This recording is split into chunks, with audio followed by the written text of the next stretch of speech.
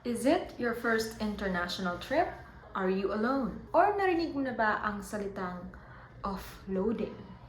If yes, ang sagot mo sa mga tanong ko, this video is for you.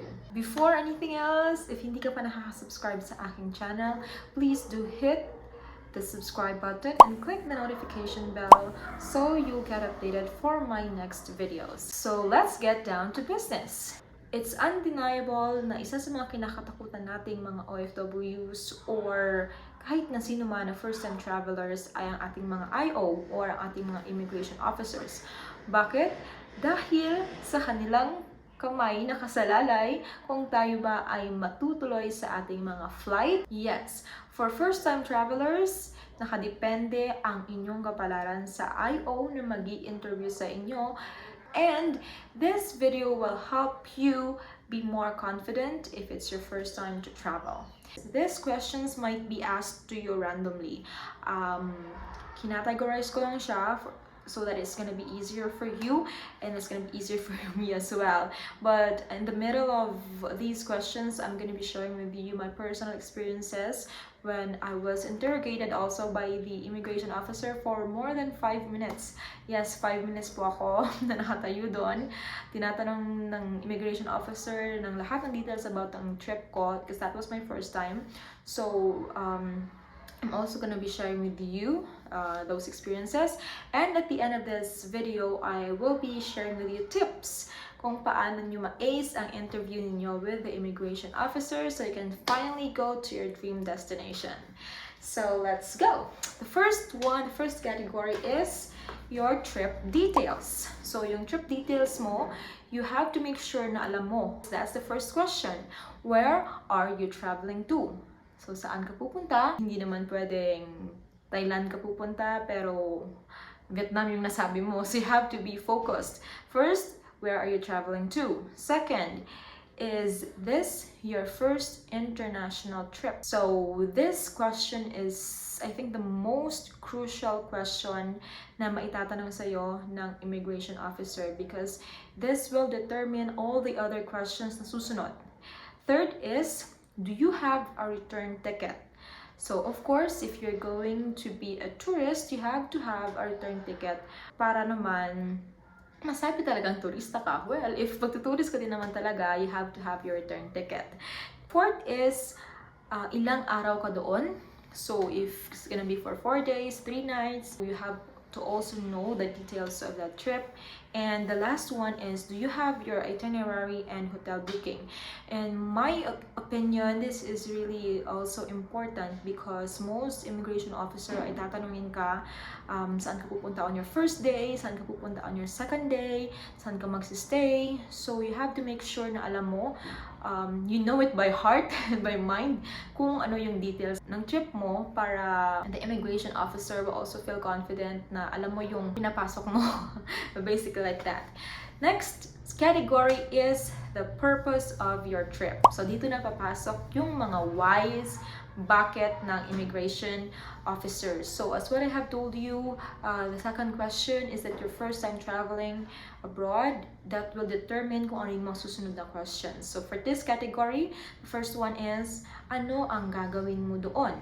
So in my case, when I went to Thailand, tinanong ako, ano ang gagawin ko sa Thailand? So my answers were, I want to visit the temple, gusto kong matry yung Bangkok street foods, and all those things like that. So dapat alam mo kung bakit yun yung lugar na pupuntahan mo.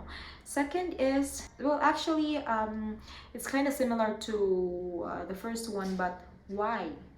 Bakit Vietnam? Or bakit Thailand, bakit Indonesia, bakit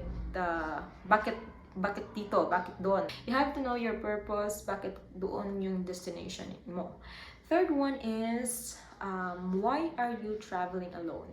This is actually something that got into me kasi hindi ako nakapag-prepare sa tanong na ito when I was interrogated by the immigration officer.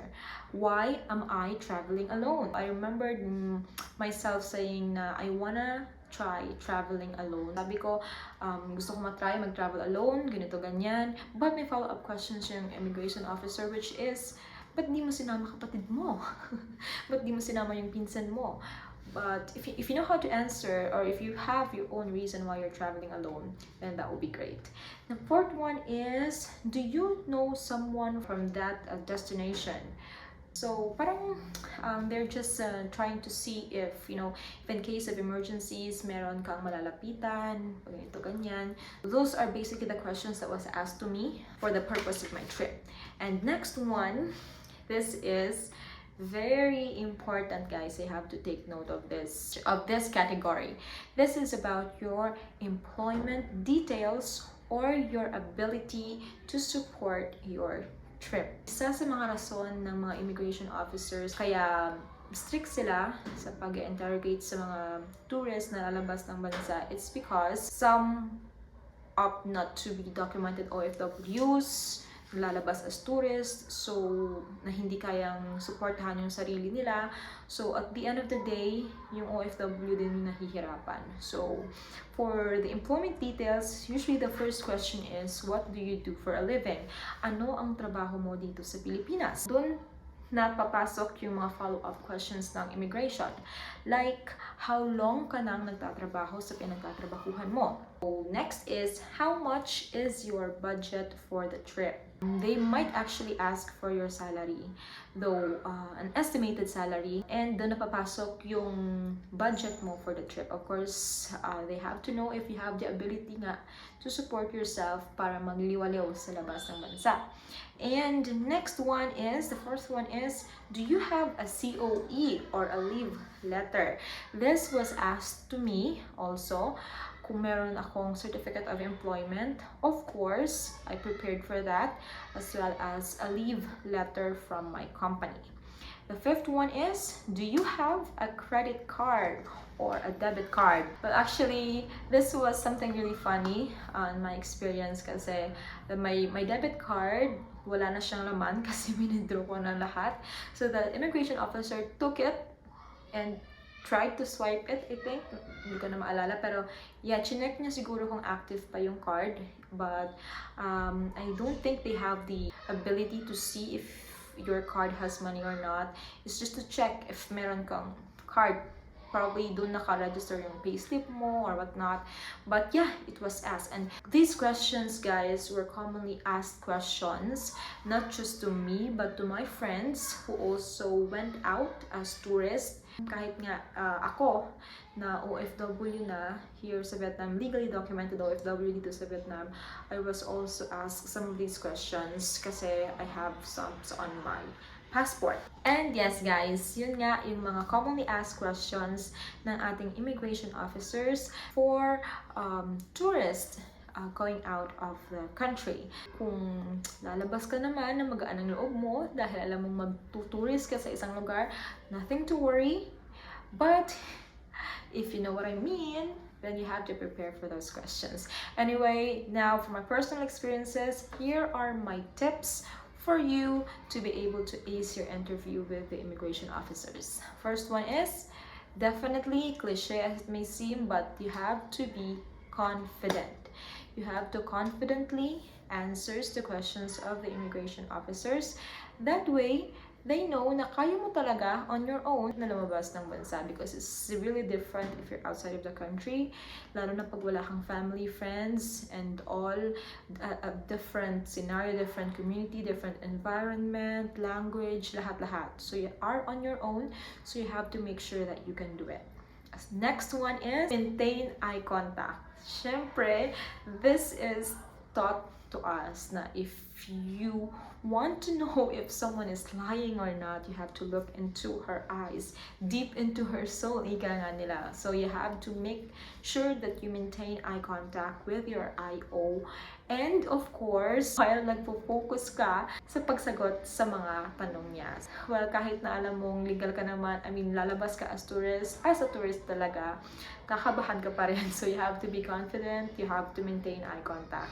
And the third one is, less talk, less mistake.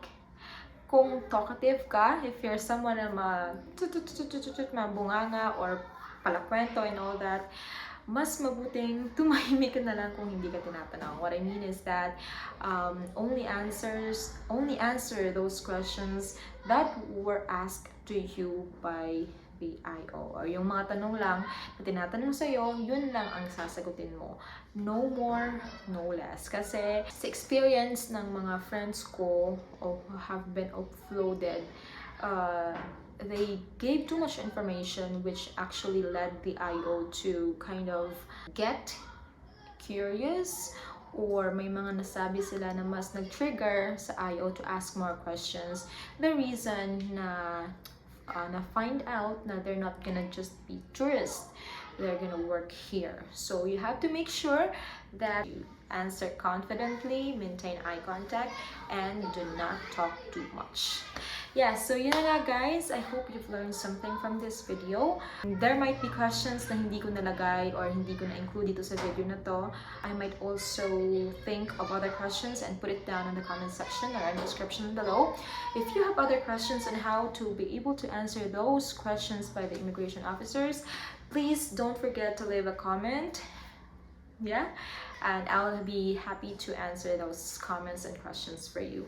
And don't forget to click the like button and subscribe to my channel. Thank you so much for watching.